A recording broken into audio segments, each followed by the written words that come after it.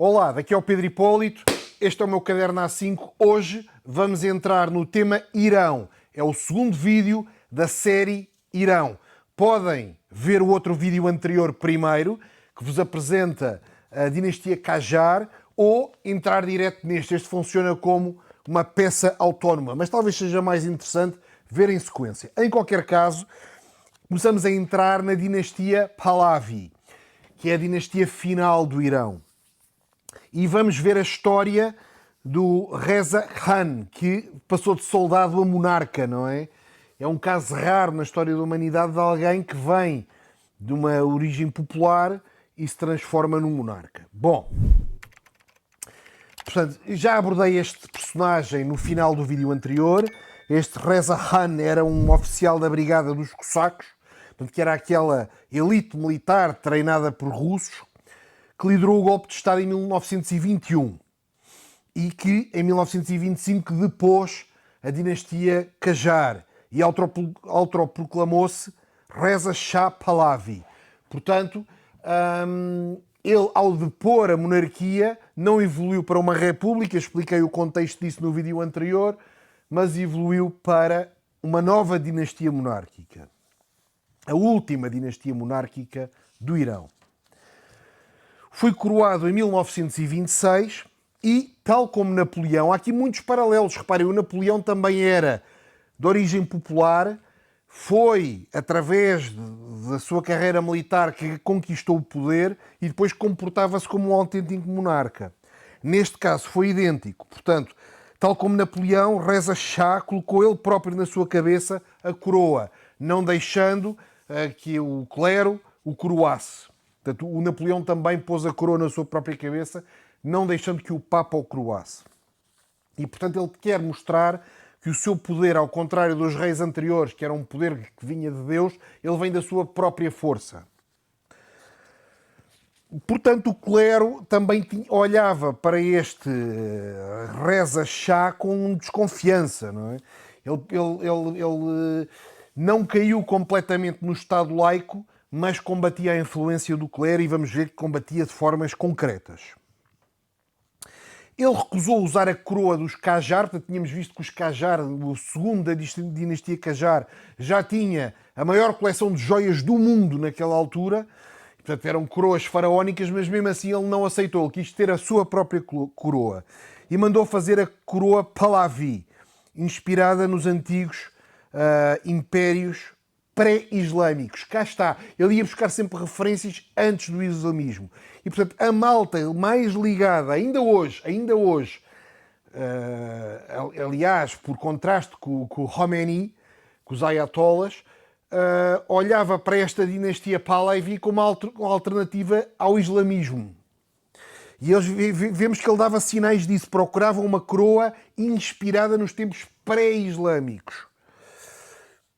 Mas reparem, para quem está naquela região do Médio Oriente, fugir disto do islamismo é um combate feroz, quase fatal. Não é? Então mandou fazer uma coroa também completamente hiper luxuosa, 3.380 diamantes, 5 esmeraldas gigantes, centenas de pérolas. Reparem, isto era o soldado que era um soldado do povo, mas já se estava a transformar ele próprio, a ganhar todos os tiques do monarca. E o design evocava a glória da antiga Pérsia, mostrando a sua intenção de restaurar o prestígio histórico do país. Pronto, durante esta cerimónia, ele envolveu o seu filho, que vai ser no futuro o último Shah do Irão. Durante a cerimónia, o seu filho de 6 anos, Mohammad Reza, foi investido como príncipe herdeiro. Portanto, ele coroou-se a ele próprio e imediatamente investiu o filho como príncipe herdeiro, consolidando o caráter hereditário da monarquia. E, portanto, lançando mesmo formalmente uma nova dinastia. E há imagens, e agora é giro porque agora já há o filho pequenino nesta cerimónia. Isto já existe. A partir daqui vamos começar a ter muito vídeo e vamos começar a ter muitas imagens da época. E percebemos estas dinâmicas cá no Irão, não é? Esta dicotomia de uma última dinastia a procurar o Ocidente, a fugir da islamização, por contraste com os ayatollahs que agora estão lá. Bom, Portanto, ele queria implementar, e implementou mesmo, a modernização radical do Irão, laica, portanto focada no papel do Estado e com menor caráter religioso do que até aí. Mandou construir a ferrovia transiraniana, criou o sistema jurídico civil, retirando poder aos tribunais religiosos. Portanto, até agora as pessoas eram condenadas em tribunais, avaliadas e condenadas em tribunais religiosos. Ele criou o sistema jurídico civil. Brutal, proibiu o uso do véu. Não é autorizou não usar, é proibiu aquilo que hoje em dia, por exemplo, na Europa se vê, ele proibiu o uso do véu hijab em público para forçar a ocidentalização das mulheres. E, portanto, passou a ser proibido usar o hijab no Irão. Vejam o contraste com hoje. Vejam o contraste com hoje. E, portanto, as mulheres no Irão, naquela altura, vestiam-se como em Paris, vestiam-se com vestidos decotados, com saias curtas, com os cabelos à mostra, com ar perfeitamente ocidental nesta altura. Criou o ensino obrigatório e pela primeira vez o Estado abriu a escola a meninas. Portanto, vejam a evolução gigante que estes Pahlavi tiveram no Irão. E por isso é que até hoje gozam de um certo status, não é? Em 1936, a Universidade de Teherão começou a admitir mulheres. Podiam literalmente ir para a universidade as mulheres. Incrível. Incrível quando se compara com hoje. Hoje, mais moderno, estão mais atrasados do que nesta altura, neste ponto de vista dos costumes. Claro que tecnologicamente são mais avançados. Mas do ponto de vista dos costumes sociais, eram mais abertos e mais modernos, de certa forma, ou mais ocidentais, de certa forma, nesta altura do que hoje em dia. E, portanto, este Reza Shah teve um impacto grande, teve um impacto muito, muito grande na modernização do Irão. Isto é engraçado. Isto vindo de um Shah, não é um Shah super viajado, não é um Shah que tinha vivido em Londres ou em Paris, nunca tinha viajado, não tinha educação formal, vinha literalmente dos cossacos, não é? Que é uma atividade sobretudo física e estratégica, militar, treinado por russos. E aí sim ele tinha algum contacto com os treinadores, com os oficiais russos que treinavam os cossacos. Portanto, ele através daí conseguia perceber como era a sociedade noutros lados, não é? Mas reparem, não havia internet, não havia forma de ver o mundo no outro lado. Era bastante avançado ele próprio intelectualmente. Não tinha educação formal. Agora, tinha algumas fontes de inspiração. Um era a Turquia, que ele acabou por viajar em 1934. Portanto, havia por ali turcos que ele ia consultando e ia ver como é que as coisas funcionavam na Turquia. E percebia-se que a Turquia era um país mais ou menos daquela região, mas mais ocidentalizado do que o Irão. E então servia de modelo. Os oficiais russos da Brigada Cosaca, que já falei, e um círculo de intelectuais modernistas que conheciam a Europa. Portanto, ele sempre que identificava um iraniano do estilo dele, que já tinha visitado a Europa, ele trazia para um círculo que lhe descreviam como é que as coisas funcionavam na Europa. E, portanto, ele que nunca tinha viajado, tinha uma noção do que era o mundo ocidental. Outra coisa engraçada, ele que não tinha estudos quase nenhuns, pôs o filho a estudar na Europa. Mandou o filho para a Suíça com 11 anos, sozinho, que sozinho não, quer dizer, foi com uma comitiva, não é? Mas enviou o filho com 11 anos, em 1931, para estudar na Suíça. E, portanto, vejam o contraste com ele próprio. Ele, sem educação, o filho vai estudar para a Suíça. E foi matriculado no Institut Le Rosset, conhecido como a Escola dos Reis. Ainda hoje é a escola mais exclusiva e mais cara do mundo. Institut Le Rosset. É um campus dual que funciona, tem aulas num determinado sítio no verão, aulas noutro sítio no inverno. Porquê? Já vou explicar. Portanto, no outono e primavera, as aulas são no Château de Rosset, em Rollet, nas margens do Lago Le Mans, que está entre Geneve e Lausanne. Portanto, aí é o campo quando a temperatura está mais amena. Ao pé do lago, nesse sítio. E no inverno mudam-se para Gstad, nos Alpes Suíços, para os alunos poderem esquiar. E, portanto, tem aulas de manhã e à tarde é snowboarding e ski para os alunos. A propina anual são de 160 a 170 mil euros hoje, que inclui tudo, incluindo o alojamento. e eles têm 400 alunos em permanência entre os 8 e os 18 anos. Instituto Le Rosset, escola mais cara do mundo. Nenhuma nacionalidade pode representar mais do que 10%. É engraçado. E, portanto, isso força que vá muitas nacionalidades entre os alunos.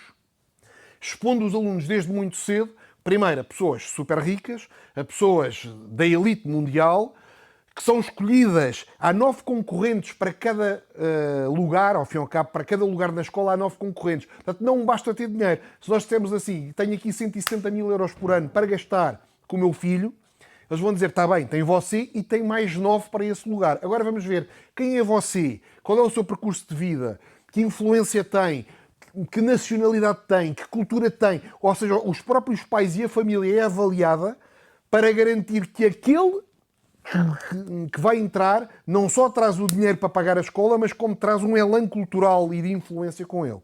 E foi assim que o Shah, o filho, o príncipe herdeiro, lá chegou. Agora reparem, há um choque gigante. Este príncipe herdeiro, que era filho de um soldado cosaco, vinha com o título de príncipe herdeiro e o pai era o Shah, não é? Mas ele, no fundo, era filho de um homem do povo. Não era da aristocracia. De um país lá no meio da areia. Chega ao Instituto Le Rosset, ele que no Irão era o príncipe herdeiro, epá, era mais um que andava lá, não é? Que é para não dizer que era mais um que andava lá nas camadas mais de baixo dentro do Le Rosset. E isso marcou profundamente o príncipe herdeiro. Porque aos 11 anos é enviado para a Suíça e, de certa forma, em termos relativos, perde o estatuto. O estatuto supersónico que ele tinha ganho no Irão, no Le Rosset era completamente normal ou até era quase um pouquinho abaixo dos outros. Isso vamos ver que vai ter um impacto psicológico brutal nele, que vai passar o resto da vida a tentar hipercompensar isso. Ele na escola conhece um Ernest Perron, que se transforma no melhor amigo dele, que era um filho de um funcionário da Le Rosset. Portanto, já vemos, o melhor amigo dele não era um colega, era um filho de um funcionário. E o funcionário não se sabe hoje em dia se era ou era jardineiro ou era da manutenção, não era um professor. E, portanto, vemos que ele tinha alguma dificuldade até de interagir com os outros colegas que eram da elite mundial, filhos de tipos dos Estados Unidos, da Suíça, de Londres, japoneses. E, portanto, ele era o príncipe herdeiro do Irão, mas lá havia mais outros desse nível e até superiores. E, portanto, o melhor amigo dele era o Ernest Perron, e estou a falar nisto porque este nome depois vai aparecer mais à frente, e torna-se inseparável do filho de um funcionário que era um jardineiro. E, portanto, o príncipe herdeiro andava com o filho do jardineiro ou com o tipo da manutenção. Quando terminou os estudos, ele volta para Teherão, mas leva o Perron com ele. O que deixou o Reza Shah, o pai, furioso, não é? Que chegou a agredir fisicamente o amigo do filho. Porque achava ridículo como é que ele volta do Le Rosset sem ser com o filho de um super empresário, ou com uma namorada fantástica, ou com uma coisa qualquer, e volta com o filho do jardineiro. E, portanto, vemos que há aqui uma colisão de personalidades entre um pai militar cosaco super duro, super ambicioso, que chegou ao poder com um golpe de Estado, que de golpe de Estado não passou logo a rei, ainda foi primeiro para ministro da guerra, depois para primeiro-ministro e depois é que passou a rei. Portanto, alguém que conquistou o poder pela força e um filho que é o filho herdeiro, muito mais sensível, muito mais, foi 11 anos para a Suíça, para a escola mais elite do planeta Terra, em que não se sentia propriamente como uma estrela e se calhar até se sentia um bocadinho para baixo, vai brincar com o filho do jardineiro, vens aí da areia do Irão, pronto. E portanto o pai tinha algum choque com o filho porque queria que o filho fosse o exemplo da monarquia. Mas é o que temos, não é?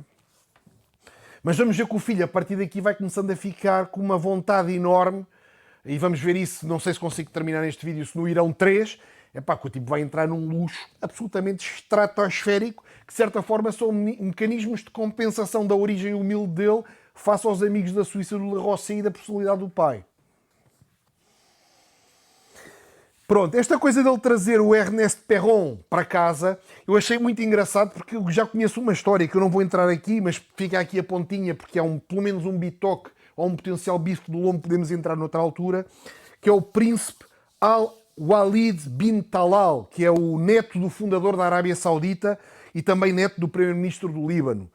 portanto, um empresário de grande dimensão, príncipe saudita, que também tem uma história de um tipo que ele, quando estava a estudar nos Estados Unidos,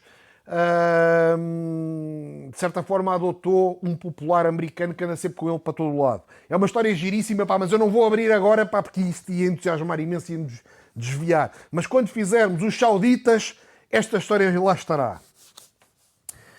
E pronto, portanto, eles ao fim e ao cabo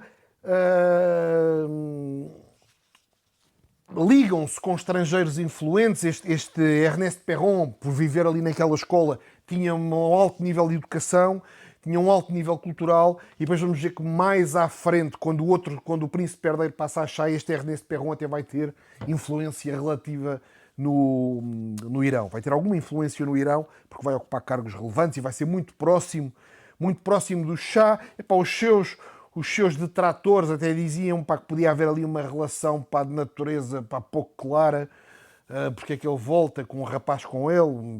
Claro que seriam mais ou menos da mesma idade, epá, mas era uma coisa um bocadinho estranha, não é? Para o Irão daquela altura. Não estou a dizer que eu acho estranho, porque podiam literalmente ser amigos. Bom. Entretanto, temos que recuar um pouquinho atrás, a 1902, para introduzir um personagem, que é o nascimento do Khomeini, não é? que vai se transformar no Ayatollah, que nasceu em 1902. Portanto, nasceu ainda durante a dinastia Qajar, mas vou recuar, pode trazer para a história. Com apenas 5 meses de vida, este Khomeini perdeu o pai, que foi assassinado. Cá está. Nós já vimos esta história recorrente da infância difícil. Onde é que vimos? No Putin, no Noriega, de uma forma distinta. Se calhar o Trump não vou dizer aqui, porque o Trump até é mais parecido com o Mohamed Reza Pahlavi, que tinha um pai influente e o pai quase o oprimia. É quase como o futuro Shah, que é parecido com o Trump. Mas vemos que as condições difíceis... O Soros, olha o Soros, que nós vimos invadido pelos nazis e tudo mais. Quem não viu tem que ver os vídeos do Soros, pá. Explicam isto muito bem. Sobretudo o Soros 1, ele na infância, percebe-se como foi forjado nas dificuldades. E, portanto, vemos que, de facto, o Noriega, o Soros, o Putin, tiveram infâncias com desafios que os transformaram em pessoas ou partiam ou transformavam-se em super fortes. É isto. Portanto, este Khomeini começou a aprender o Alcorão logo aos 6 anos, criado pela mãe e pela tia, porque o pai tinha morrido. Aos 16 anos, a mãe e a tia faleceram de gripe no mesmo ano. Portanto, ficou sem ninguém. Cá está. Lembram-se do Noriega, que não tinha nada já? Parecidíssimo com isto. É semelhante. Ficou desazado, pá. Ficou órfão, e o irmão mais velho mudou para uma escola de estudos islâmicos formais e meteu lá na escola. Pronto, cá está um contraste. O Reza Pahlavi a ir para o Le Rosset, do melhor, o outro a ir para os estudos islâmicos. E estão dois caminhos a formar-se. Um com o pai austero, o pai do povo que se tinha transformado em Shah, super austero, e que o manda para o Le Rosset, melhor escola do mundo.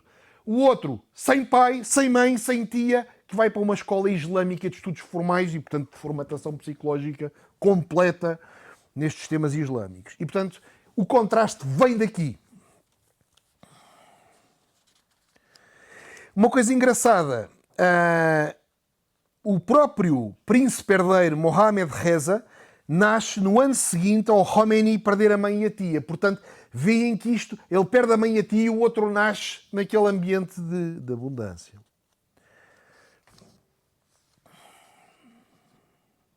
O próprio Khomeini tinha 23 anos quando o Reza Shah, o tal soldado, subiu ao trono. Portanto, vemos ele com 23 anos observou isto. Diz assim: pá, eu não tenho pai, eu não tenho mãe, eu não tenho tia, estou trancado numa escola de estudos islâmicos com lavagens cerebrais noite e dia a ler o Alcorão todos os minutos da minha existência, e este tipo dos cossacos sobe ao trono, transforma-se num rei, tem um filho que vai para o Le Rosset, não sei do quê, e vai pelo laico, e obriga a tirar não é autoriza a tirar o hijab, obriga a tirar o hijab. E há cenas dele assistir a polícia a arrancar o hijab, o oposto do que é hoje. Hoje quase que há a polícia que obriga a usar, ou há mesmo, E naquela altura era ao contrário. A polícia que retirava o hijab e forçava uma laicização do Irão, procurando um caminho não islâmico ou não dominado pela ideologia islâmica. O Maxwell, também estava aqui a ver paralelos. Putin, Maxwell, Sós Noriega. Quem viu o Maxwell, o vídeo sobre o Maxwell, que nasceu também na miséria total, que sobreviveu aos nazis, que fugia, que não sei o quê. É isto. E depois transforma-se em super poderoso. Estas origens super difíceis ou arrebentam com a pessoa e condenam-na à miséria para o resto da vida, ou daqui é que saem os tipos à prova de bala porque já sobreviveram àquilo em pequenos. Vimos também no vídeo anterior no Qajar, o primeiro Shah Qajar tinha sido... era um eunuco, não é? Era um eunuco. Tinha sido capado, não é? De certa forma. E, portanto, também tinha em criança, não é? E, portanto, também tinha uma raiva contida dentro dele muito grande por lhe terem feito aquilo. Portanto, é engraçado. Muitas vezes o grande mecanismo é o sofrimento extremo em infância.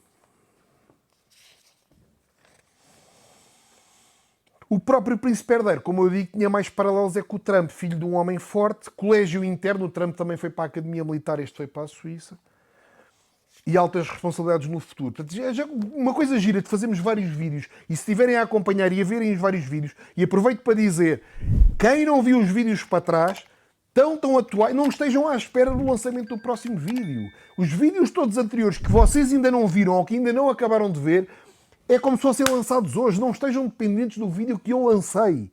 Têm tudo para ver e para aproveitar e podem ver nos vossos timings. Aproveitem. Bom, porque todos estes casos que eu estou a falar nós já vimos. O Maxwell, o Soros, o Noriega, o Putin, o Trump. Está tudo super bem explicado nos vídeos anteriores, que estão tão atualizados como se tivessem acabado de receber a notificação que o novo vídeo saiu. Portanto, percebem que este nosso canal, estamos a falar de coisas no passado, não é? E, portanto, muitas vezes não depende do que está a acontecer hoje, não depende da notícia de ontem, não estou a fazer comentário político ao que está a acabar de acontecer. É isto que eu quero que vocês percebam na essência. Este conhecimento está disponível e não se altera. O Khomeini tinha 34 anos quando saiu a proibição do hijab, portanto, percebam, ele já estava completamente formado pela escola muçulmana, já estava completamente envolvido naquele mundo religioso, já começava a ser reconhecido e com 34 anos, portanto não era nenhuma criança, via a polícia arrancar os hijabs às mulheres e as mulheres a começarem a andar vestidas como em Paris. Uma coisa que ele nunca tinha visto e que considerava altamente insultuoso, não é? E ofensivo do ponto de vista islâmico. Uma humilhação religiosa.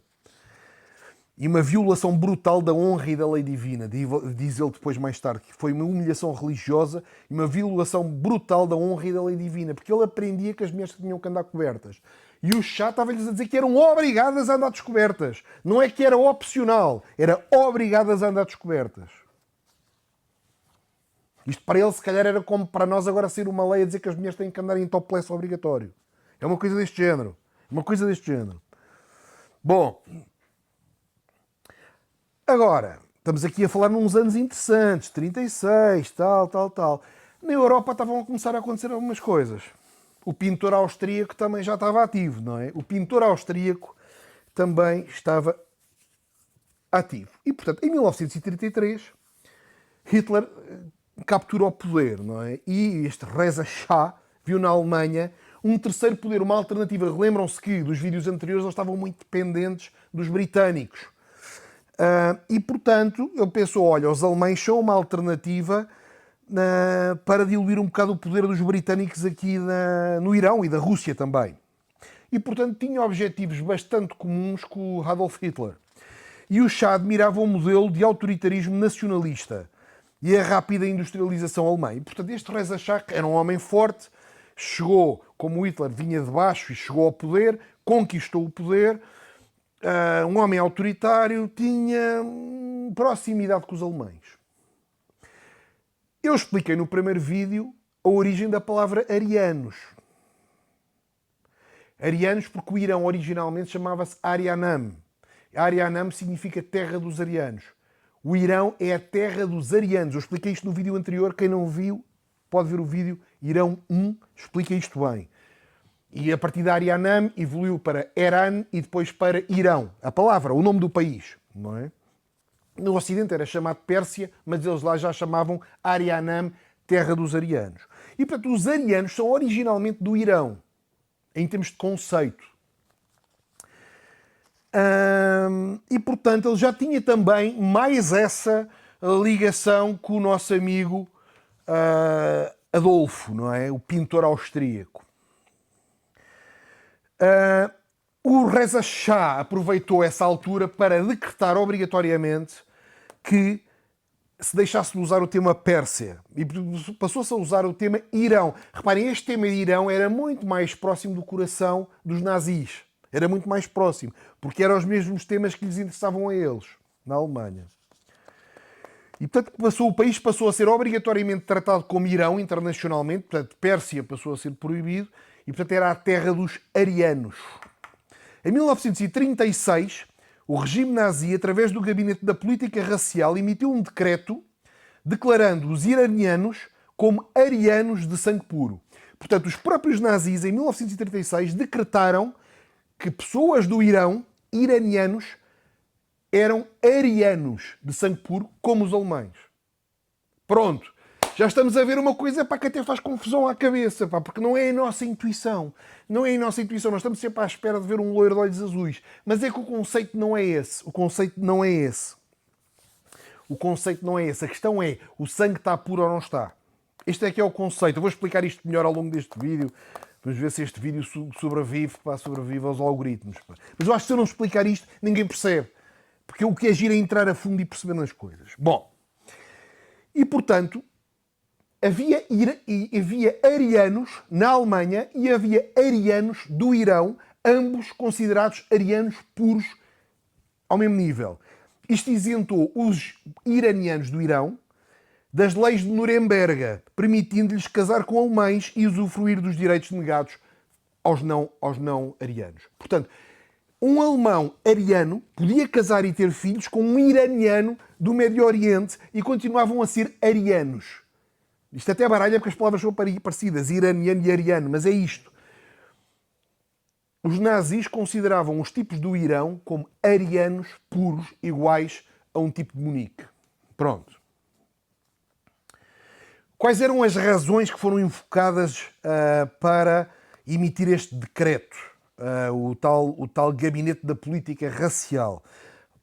Desde logo, a origem da palavra ariano. Portanto, eles percebiam que, em termos históricos, os arianos eram os do Irão.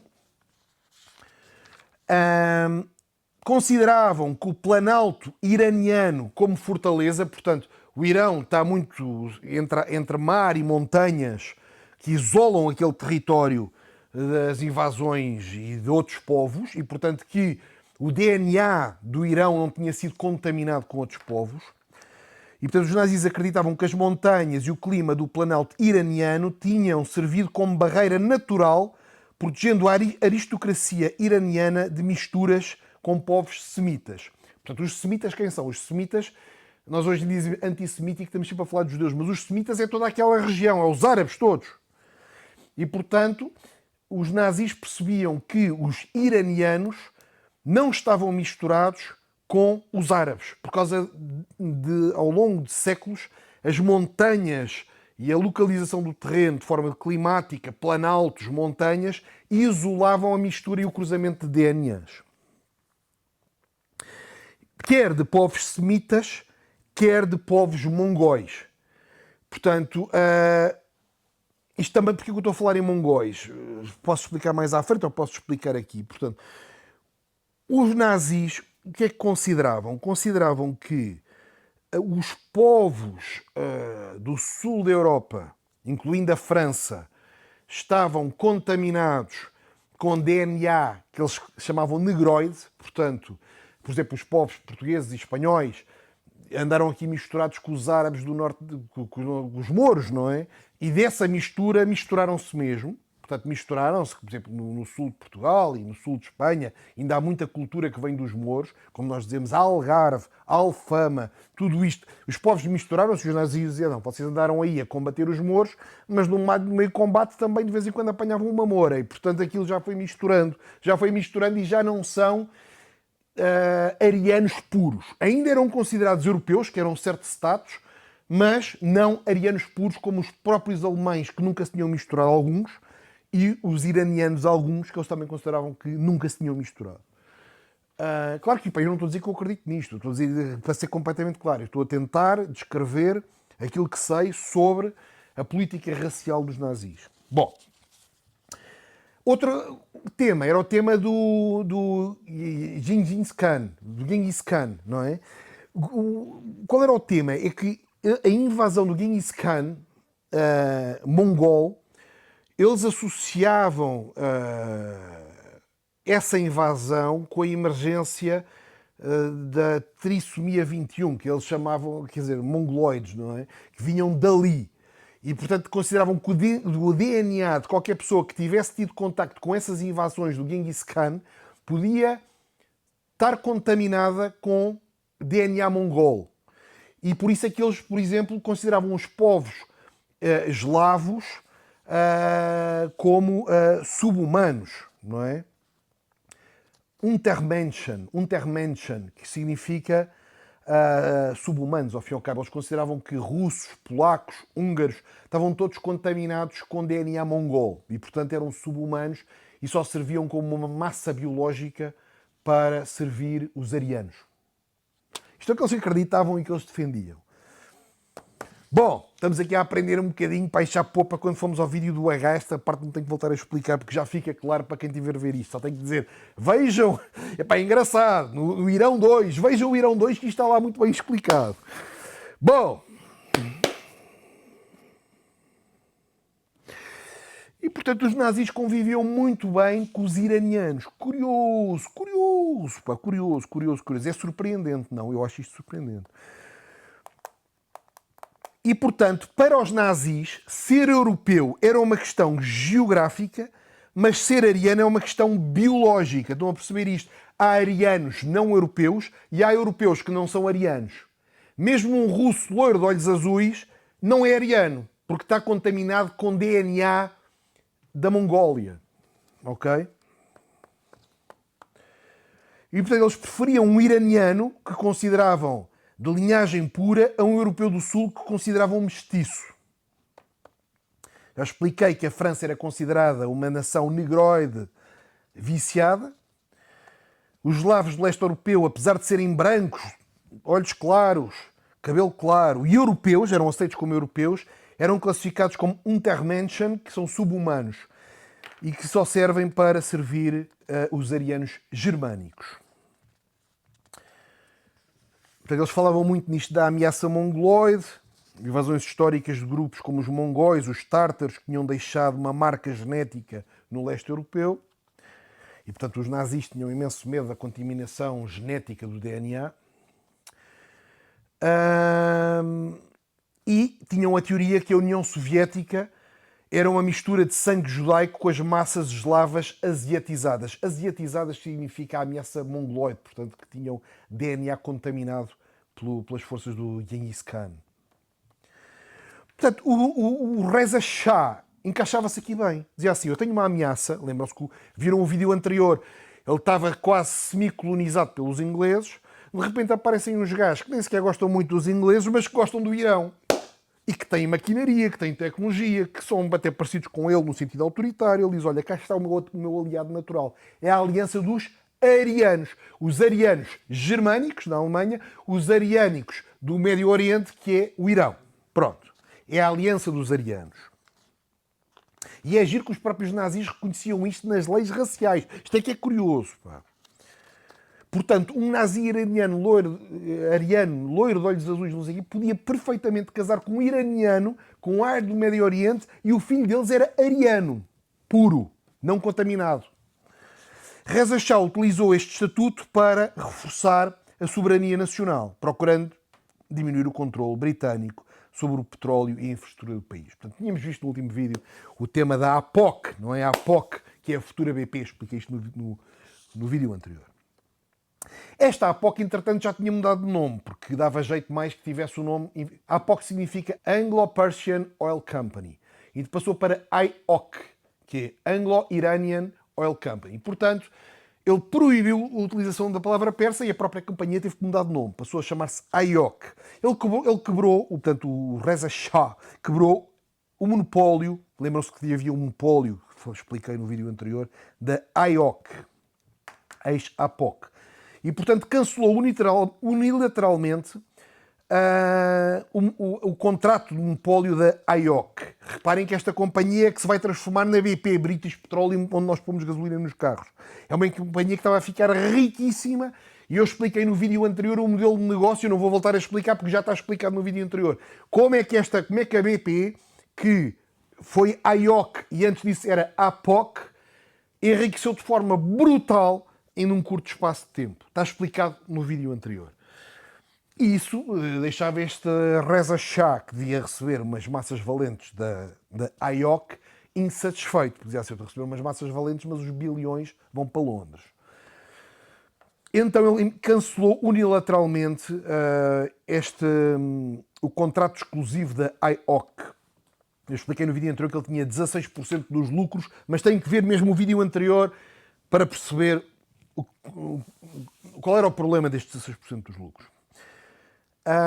Ele cancelou a exclusividade e em 1933 assinou um novo contrato e introduziu uma coisa que é óbvia na concessão, que é pagamentos mínimos garantidos pela IOC. Porque enquanto uma royalty é 16% dos lucros, se os lucros forem zero e forem manipulados para ser zero, a royalty dá zero. Ou se for muito baixa, a royalty dá muito baixa.